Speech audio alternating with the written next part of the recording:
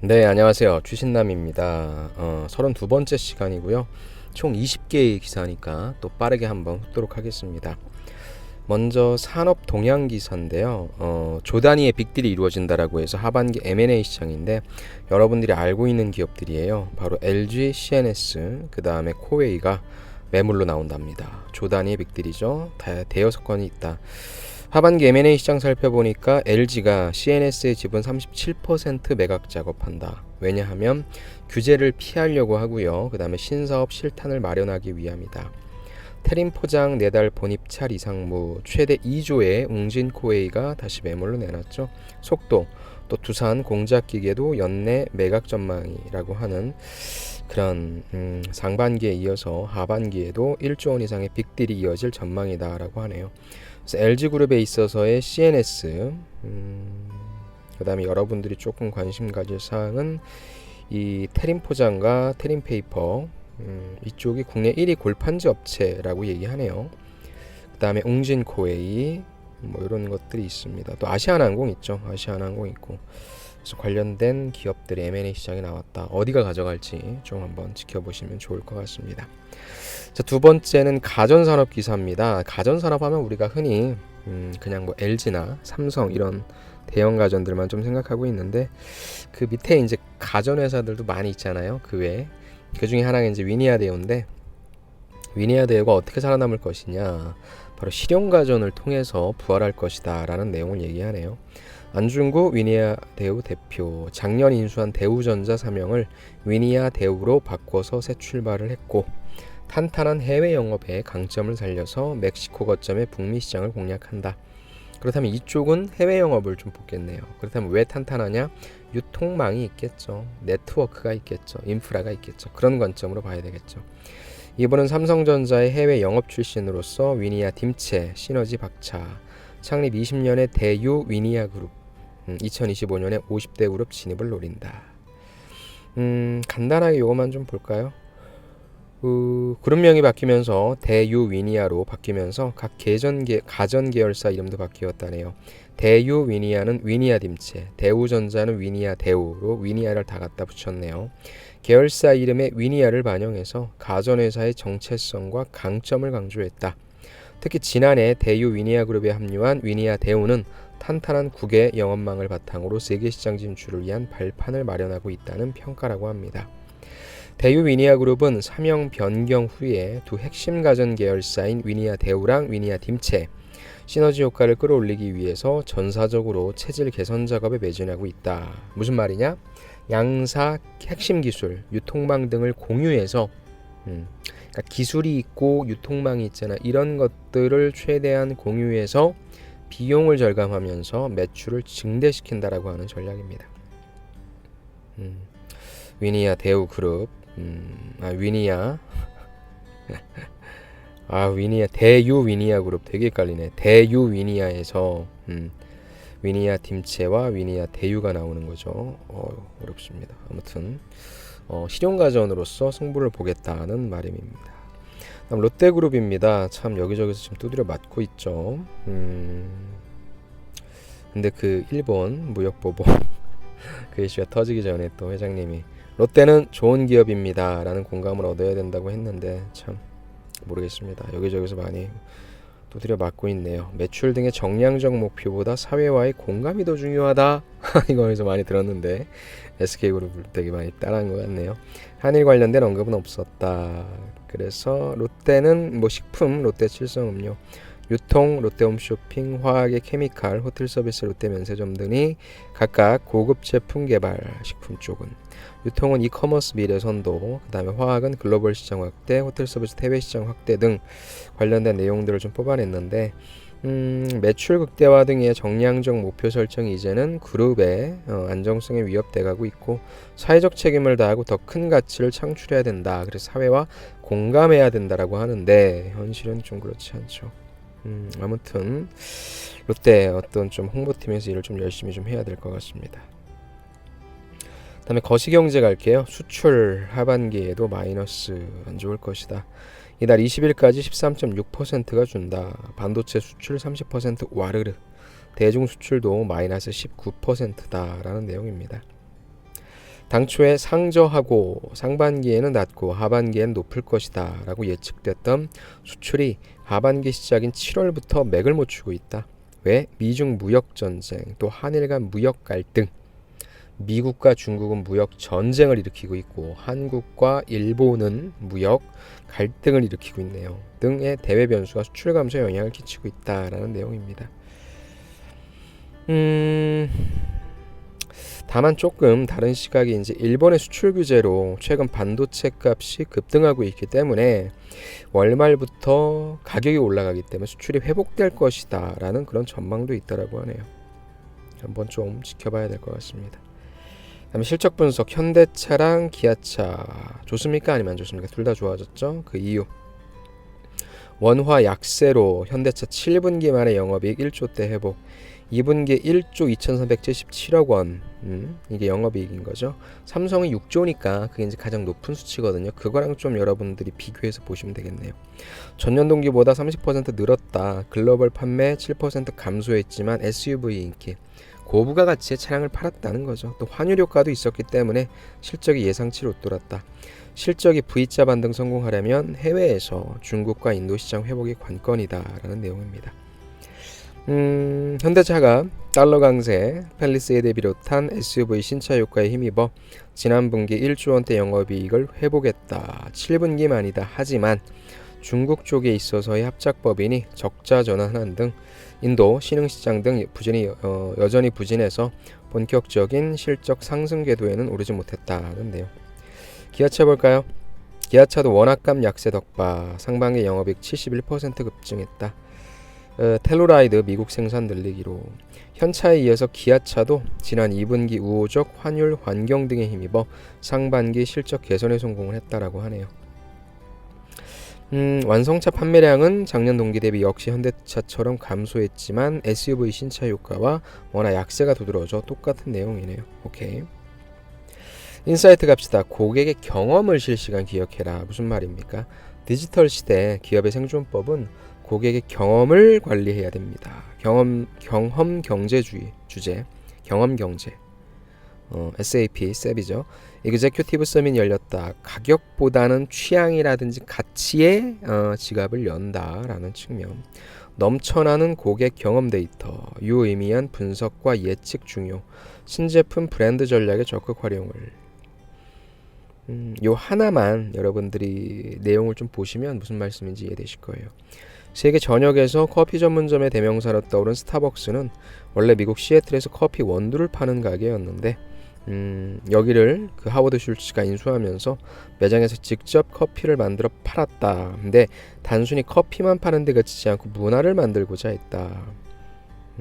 여기에다가 유럽의 카페 경험, 그래서 고객의 다양한 경험이 더해지면서 원래의 그 원가 그거에 붙여서 20원이라고 하는데 한 잔에 5,000원 되는 커피를 기꺼이 소비한다라는 겁니다. 경험 경제란 이같이 소비자들이 단순히 값이 싸다, 양이 많다 이런 상품과 서비스를 고르지 않고 구매 과정 전반에서 더 만족스러운 경험을 주는 쪽을 택하는 현상을 뜻한다라고 얘기합니다. 관련한 내용 좀 보시면 여러분들 인사이트를 좀 얻을 수 있을 겁니다. 디스플레이 LG 디플로 갈까요? 공격적인 투자한다. 올레드판 키워서 주도권 잡자. 실적 악화에도 공격적인 투자한다. 파주 공장에 3조 원 추가 투자하죠. 초대형 TV 패널 경쟁력 확보한다. 2분기에도 한 3,687억 원의 영업 적자 있었지만 미래 먹거리 확보에 올인하기 위해 올레드 비중 50%까지 확대한다. LG 디플이 실적 부진, 일본의 수출 규제 등 쉽지 않은 여건에서도 올레드 TV 패널에 공격적인 투자를 하면서 시장 키울 것이다, 주도권 유지할 것이다 라고 하는 두 가지 목표 달성에 나섰다. 중국 업체들의 가세로 가격 경쟁이 벌어지고 있는 LCD 패널에 있어봤자 수익성 높이기 쉽지 않기 때문에 우리가 잘하고 있는 이쪽에서 독점적 지위를 유지하고 있는 올레드 패널 비중을 높이자라고 얘기하고 있다는 전략이니까 보시고요. 다음 콘텐츠 산업 카카오 페이지 K스토리로 10조가치 우뚝. 웹툰, 그 다음에 웹소설 1위 이끈 이진수 대표. 유료 콘텐츠 거래액만 2,200억이래요. 토종 웹툰, 웹소설 글로벌 전파, K스토리 간판 플랫폼 육성.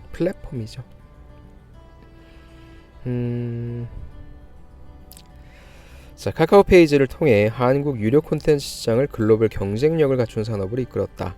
국내 유료 웹툰 웹소설 시장은 규모도 작았지만 성장 자체가 정체된 상황이었는데 또 무료라서 돈을 내고 보려는 인식이 희박했지만 점점 늘어나서 2018년도에 연간 거래액이 2,200억이네요. 대단합니다. 카카오 페이지 성공은 단순한 거래액의 성장에 여기 그치는 것이 아니라 한국 이야기 산업이 동반 성장할 수 있는 선순환 생태계를 만들었다고 평가합니다. 새로운 수익 모델을 통해 창작자와 유통사의 수익이 함께 극대화되고 더 많은 우수작가와 인재가 뛰어들며 이용자를 만족시키는 작품이 늘어나고 있다는 것입니다. 라는 내용 한번 보시고요. 엔터테인먼트 산업 용복합의 시대이기 때문에 페스티벌도 석거에 뜬다. EDM 행사에서 놀이기구 타고 물총놀이 음악 감상을 함께해서 타이거 JK가 음악 감독 변신한 블랙뮤직 페스티벌은 매진인데 시대 흐름을 못 읽은 지산 락 페스티벌은 개최 사흘 앞두고 취소 알렸다. 석거야 산다 라는 내용이네요. 좀 재밌는 내용이니까 한번 좀 보시기 바랍니다. 그래서 하나는 흥했고 하나는 망했다라고 하는 내용인데 용복합이라고 하는 관점으로 봤으니까 8번도 콘텐츠 9번도 콘텐츠로 봐도 되겠네요. 자, 10번째 물류산업. 여러분들 요즘에 한창 유행하고 있는 새벽 배송이죠. 한밤 냉장 창고에 쉴 틈 없이 식품 분류 식은땀 쫙. 뜨거워진 새벽 배송 체험해보니까 오후 11시에 송파 물류창고 불야성. 완도전복, 거제도 돌문어 등 전국서 올라온 신선식품 가득하고 계란, 에어캡, 어패류, 아이스팩 포장, 컨베이어 벨트로 집화장 이송, 자정넘기자 또 다른 전쟁이다. 동트기 전까지 아파트 빌라 돌면서 최대 한 대당 50건 처리한다라고 하네요. 고생 많이들 하십니다. 물류가 이제 본격적인 경쟁 그 어떤 카테고리로 들어갔고요. 이제 단순히 또 새벽에 뭐 배송한다라고 하는 거 뛰어넘어야 되겠죠. 감동 물류로 가야 될 것 같습니다. 새벽 배송은 외식 대신 집밥을 선호하는 최근 트렌드를 이용해 만들어진 새로운 서비스 시장이다. SSG, 롯데마트, 현대백화점, GS 리테일도 다 가세하고요. 홈쇼핑 업체들도 가세했다고 하네요. 마켓컬리 상줘야 돼 진짜. 자, 네이버도 뛰어드는 금융산업 기사입니다. 핀테크 활용해 보험과 증권 진출. 어마어마한 플랫폼이죠. 네이버 파이낸셜 11월 설립해서 미래에셋에서 5천억 투자받았다. 네이버 페이는 자회사로 분사할 것이고 카카오랑 금융업소 맞대결할 것입니다. 네이버가 네이버 파이낸셜 주식회사를 설립하고 본격적으로 금융업에 진출한다고 합니다. 기존의 간편결제 서비스인 네이버 페이 사업 조직을 분사해서 새로운 법인을 설립하면서 미래에셋을 끌어들였다는 거죠. 이를 통해 금융사업의 독립성, 사업 속도를 높여서 생활 금융 플랫폼으로 본격 도약한다. 카카오랑 네이버랑 엄청 이제 치열하게 싸우겠네요. 그동안 금융업 진출에 소극적이었던 네이버가 사업 전략을 전격 수정하면서 급성장 중인 모바일 금융 시장에서 카카오 등 경쟁사들과 치열한 경쟁을 펼칠 것으로 예상된다라고 하네요. 네이버가 보유한 IT 역량, 미래에셋의 금융 노하우 등 핵심 역량을 융합해서 테크핀 시장에서 사업을 본격화한다. 테크핀은 IT랑 금융을 결합한 점에서 핀테크랑 유사하지만 금융보다는 기술이 주도한다. 그래서 핀테크가 아니라 테크핀이죠. 카카오같이 인터넷 전문은행을 설립할 계획은 전혀 없다. 그 외에 보험, 증권 등 다양한 금융 서비스를 선보일 것으로 예상한다라고 하니까 좀 보시죠. 어떤 관점으로 네이버가 금융업에 뛰어들었는지에 대한 내용입니다. 한번 체크해보세요. IT 산업의 쿠팡 요거 하나 한번 이슈가 됐었죠. 팡 터진 쿠팡 몸집만 키우다 탈났나. 전산 오류 10시간 만에 정상화, 재고 시스템 오류 이례적 사고, 쿠팡 측 해명에도 의혹은 여전하다. 쿠팡 입점한 판매자 매출 타격, 생필품 정기 구매 고객 불안. 뭐 이렇게 얘기하는 겁니까? 이커머스 업계 60공룡, 쿠팡을 보는 유통업계 시각이다. 이커머스 업계 60공룡. 굉장히 커졌지만 단기간 급성장에 따른 부작용도 있다라고 하는 건데 최근에 터졌다는 거죠. 재고 시스템 오류는 자주 발생하는 일도 아니고 품절로 뜬 것도 이례적이다라는 겁니다. 보기 드문 오류다. 그 다음에 DB가 워낙 방대해서 원인 파악에 시간이 오래 걸렸을 것이다. 그래서 IT 관련 투자를 강조하던 쿠팡 명성에 흠집이 생겼다라는 내용인데 이로 인해서 이커머스 시장 뭐가 중요하다? IT가 정말 중요하다고 생각합니다. 저는.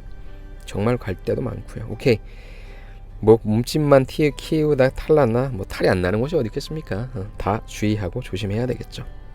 네, 이번엔 13번째 기사 볼게요. 거시경제입니다. 경제 한일전 성적표에서 이제 한국과 일본이 무역 그 보복, 서로 간의 무역, 어떤 갈등 빚고 있죠.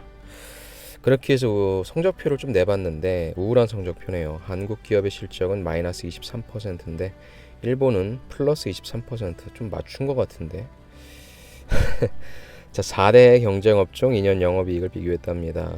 문 대통령이 추월할 수 있다라고 자신했지만 실질적으로는 주요 업체의 주요 업종의 격차가 더 벌어지고 있다. LG화학 배터리 적자가 15배 늘 때 파나소닉은 흑자 전환 후에 실적이다. 현대차 수익성은 뭐 절반이고 도요타의 절반이고 일본제철 매출은 포스코 역전했다. 그래서 규제 풀어서 경쟁력 향상 도와야. 매경에서 사실 지금 계속 얘기하고 있는 게 규제 풀어라, 기업에 쓸데없는 수사하지 말아라, 뭐 이런 논조긴 합니다. 아무튼 뭐 그거에 맞는 여러 가지 표를 갖고 와가지고 마이너스 23%대 23%를 좀 만들긴 한 거겠죠. 팩트를 제대로 보는 게 좀 중요하고요. 아무튼 우리나라가 일본 때문에 어떤 산업에서 영향을 받는지는 여러분들이 그런 관점으로 좀 파악해 주시기 바랍니다. 다음에 모빌리티 갈게요. 타다 굉장히 많이 보이죠. 길거리에서 타다 100만 명 비결입니다. 소비자의 100% 맞췄죠. 라임을 맞췄네요. 타다 서비스 기획한 한지연 CPO, 한서진 CMO, 공감 마케팅, 디자인 노하우 살려서 IT에 접목한 신사업 모델을 선보였다. 제가 요즘에 만나고 있는 학생들 IT 서비스 기회에 관심이 많은데 제가 그 친구들한테도 얘기했지만 굉장히 다양한 분야가 필요한 쪽이 서비스, 유통 등등 모든 것들을 다 포괄할 수 있는 쪽이 IT 서비스라고 생각합니다. 타다, 카니발이 돌아다니면서 사람들 택시하는 거잖아요. 근데 이 타다가 좋은 게 뭐냐면 4사람, 5사람 이상의 사람들이 한꺼번에 움직일 때에 예약을 해서 갈 수 있다는 것 굉장히 큰 메리트죠.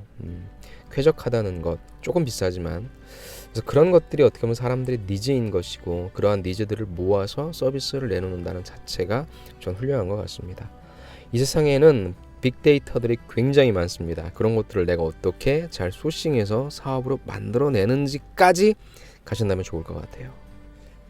그런 관점으로 좀 보시면 좋겠네요.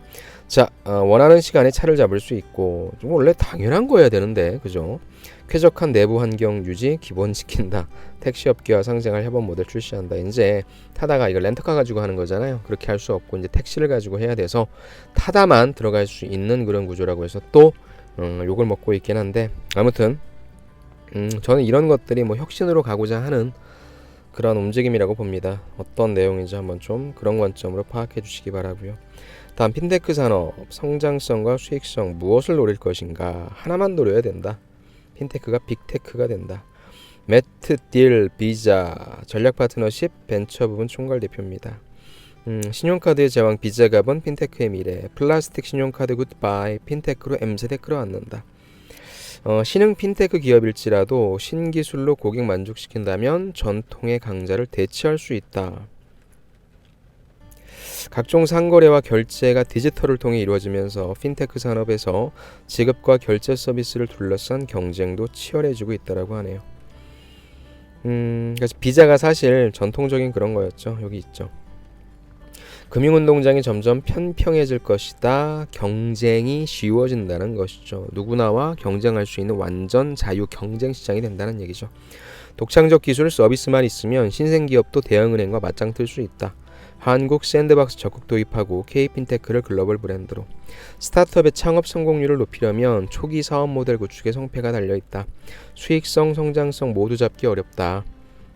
사업 초반엔 성장에 더 집중을 하고 그 후엔 수익성 해결 나서볼 만하다. 덩치를 좀 키워야죠. 그런 내용이니까 여러분들도 좀 보시기 바랍니다. 항공산업 LCC 수익성에 빨간불이 켜졌다고 하네요.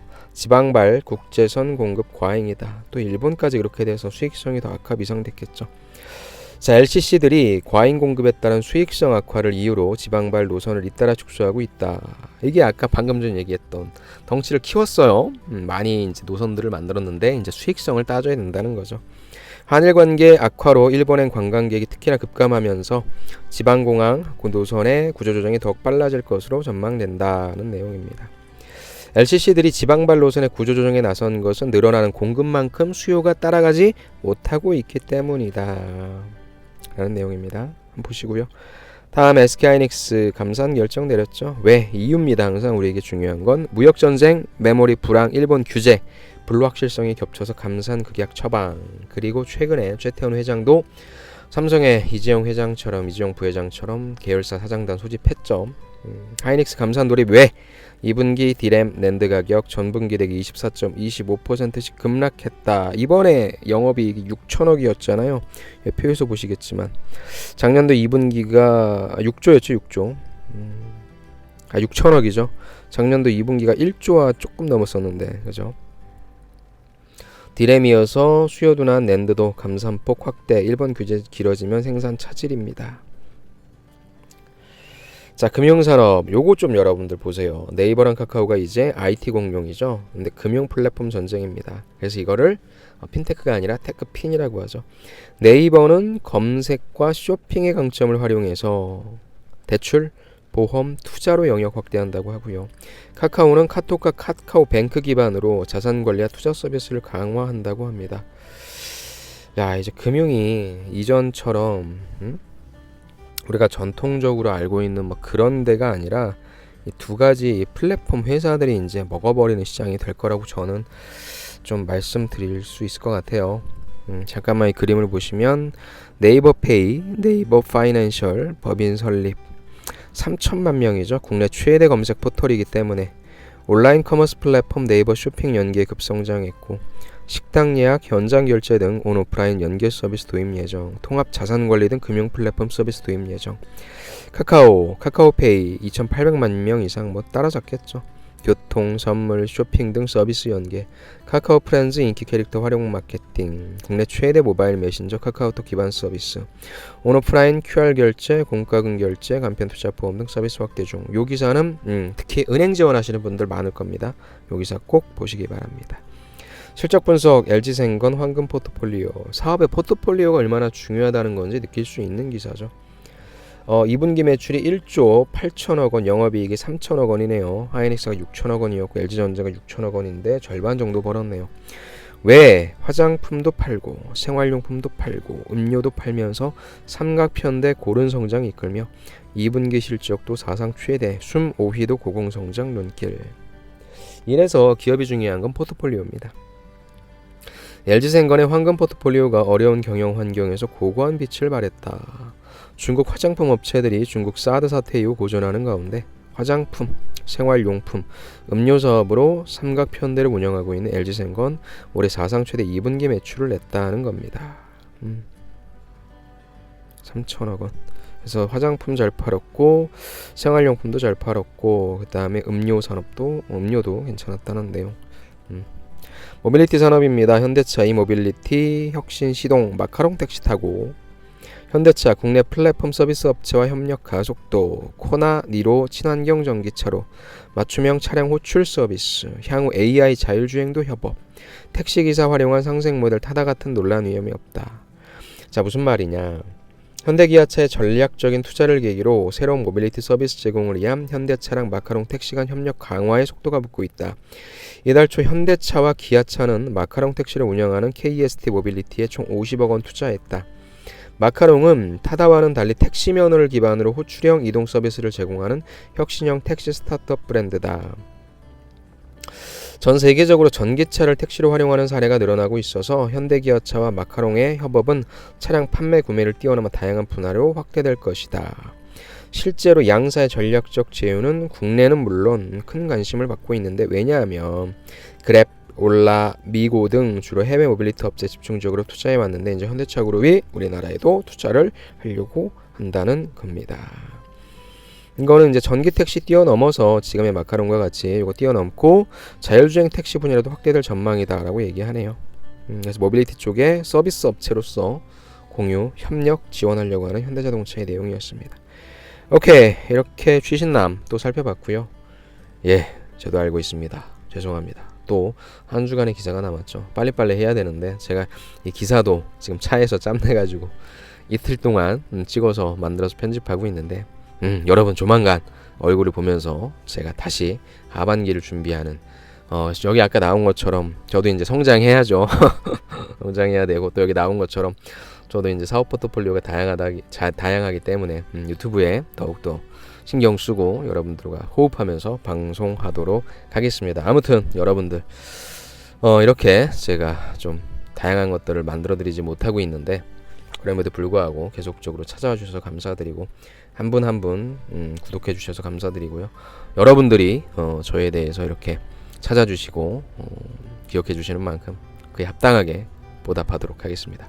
여러분들 오늘도 승리하시기 바랍니다. 다음 시간에 뵙겠습니다. 감사합니다.